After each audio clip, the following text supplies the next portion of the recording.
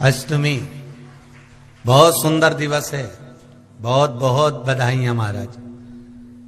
सोमवार की अष्टमी का मतलब आपको इंदौर की कथा में बताया था, जिस दिन शंकर और पार्वती के मिलन का दिवस हो।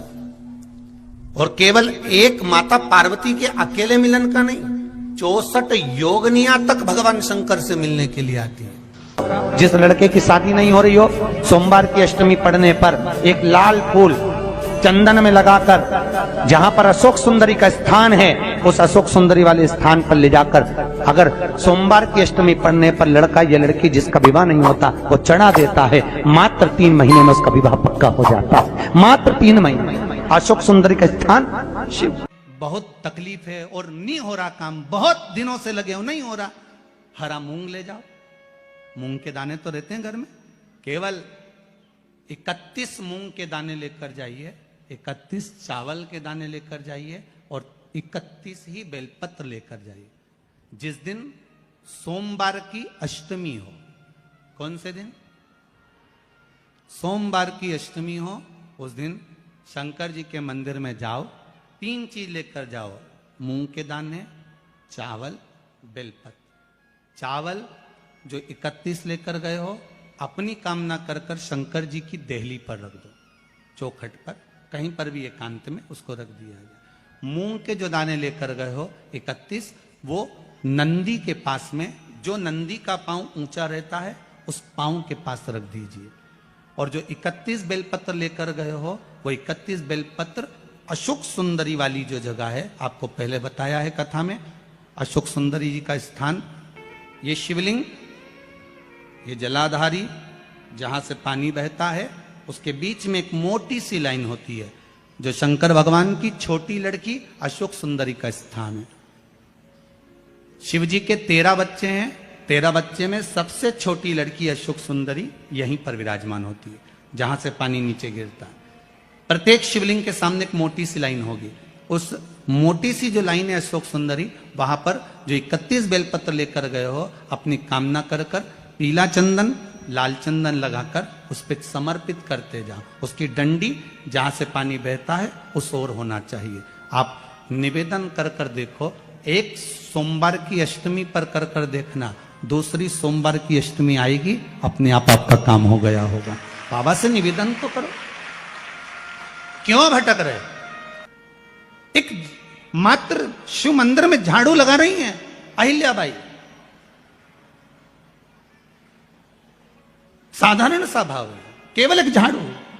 कई लोग कहते हैं महाराज जी, आप कहते हो मंदिर में जाकर झाड़ू लगाओ, पोछा लगाओ, तो जो हमने मंदिर में रख रखा है स्वीपर आदि कादिक, जो भी सेवा करने वाला है, काम करने वाला है, वर्कर है, वो कर रहा है, तो हम क्यों करें? अरे भाई, एक बात याद रखना, आप सबसे पूछना चाहूंगा, आप लोग कहते हो कि मंदिर की सफाई जो वर्कर रखा है उसे करना चाहिए, मंदिर की सफाई जो पुजारी रखा है उसको करना चाहिए। मैं आपसे पूछना चाहता हूं कि आपके घर में जो तिजोरी है, दिवाली पे उसकी सफाई कौन करता है?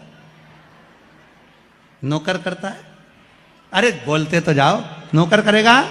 नहीं। वर्कर करेगा? नहीं। स्वीपर करेगा? नहीं।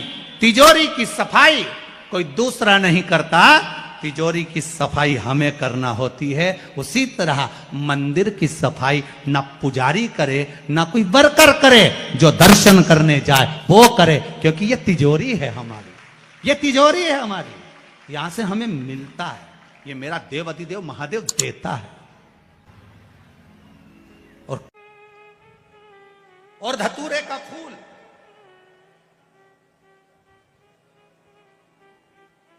कांटे वाला धतूरा, और उसमें लगने वाला एक पुष्प, आस्था चैनल पर आप लोग देख रहे होंगे धतूरे के फूल का दर्शन।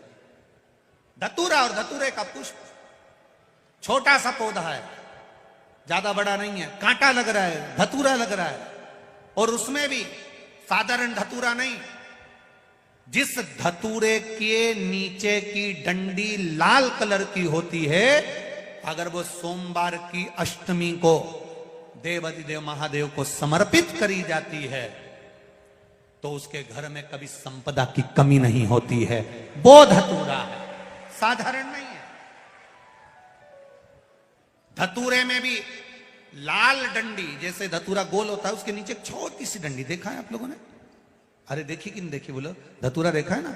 धतूरे के अंदर एक नीचे छोटी सी डंडी होती है, जब तोड़ोगे तो वो डंडी का कलर अगर लाल है, वो डंडी का कलर अगर लाल है, और कभी हम तो कहेंगे जैसे बड़ी बीमारी जिसको हो जाती है, लीवर, किडनी, कैंसर आदि आदि बड़ी बीमारियों से जो जूझ रहा होता है, प्रयास करो, प्रयास महामृत्युंजय का जाप कर कर, महामृत्युंजय का स्मरण कर कर, एक लाल डंडी का धतूरा प्रयास करना, एक धतूरा मिल जाए या 5 धतूरे मिल जाए किसी भी एकांतेश्वर महादेव पर, जो शिव मंदिर एकांत में हो, जहां कोई जाता आता नहीं हो।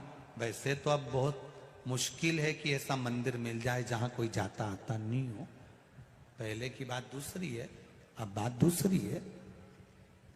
फिर भी कहीं आप रोड पे से निकल रहे हो, एकांतेश्वर महादेव अगर आपका दिख जाए, बहुत बीमारियों से ग्रसित हो, तो भी महामृत्युंजय जाप का स्मरण कर कर या किसी विद्वत ब्राह्मण जन से महामृत्युंजय मंत्र का जाप कराकर, या भगवान शिव के मंत्र का जाप स्वयं कर कर, वो भी ना बने तो पंचाक्षर मंत्र नमः शिवाय, षडाक्षर मंत्र ओम नमः शिवाय, या श्री शिवाय नमस्तुभ्यम जप कर वो लाल डंडी का धतूरा 5 एकांतेश्वर महादेव को आप समर्पित कर सकते। रोग थम जाएगा, जो दवाई खाओगे वो शरीर को लगना प्रारंभ हो जाएगी और आप स्वस्थ होना प्रारंभ हो जाएंगे। अगर बड़ा रोग है, देवी शंकर के मंदिर में जाओ, शिव जी का पूजन कर जब वापिस आओ तो शंकर भगवान के मंदिर में जो बाहर नंदी बैठता है उसके कानों में ओम नमः शिवाय बोलकर अपने मन की कामना उसके कानों में बोलकर आप आ जाइए, आपकी कामना 3 महीने में पूरी हो जाती है। नंदी के ईश्वर भगवान का स्मरण करिए। अगर 7 बेलपत्र आप शंकर को समर्पित करते हो तो 1 बेलपत्र नंदी भगवान पर भी अवश्य समर्पित करें। नंदीश्वर भगवान शिव को समर्पित, 1 बेलपत्र नंदीकेश्वर की ओर चढ़े। और बहुत ध्यान दीजिए महाराज, अगर कोई काम अटक रहा है, नहीं हो रहा, बहुत प्रयास करा, तो भगवान शंकर के मंदिर में 5 बेलपत्र चढ़ाइए। और शंकर भगवान की जो छोटी लड़की है अशोक सुंदरी, आपको बताया था ना अशोक सुंदरी का स्थान, भगवान शंकर की 6 लड़कियां हैं, उसमें से सबसे छोटी लड़की अशोक सुंदरी की जगह पर 1 बेलपत्र चढ़ाइए। फिर 1 बेलपत्र नंदीकेश्वर पर चढ़ाइए। और नंदीकेश्वर पर चढ़ाने के बाद भगवान शंकर के मंदिर के बाहर चौखट पर दिया लगा दीजिए साइड में, और फिर अपने घर पर आ जाइए, आपका कार्य सफल होना प्रारंभ हो जाएगा।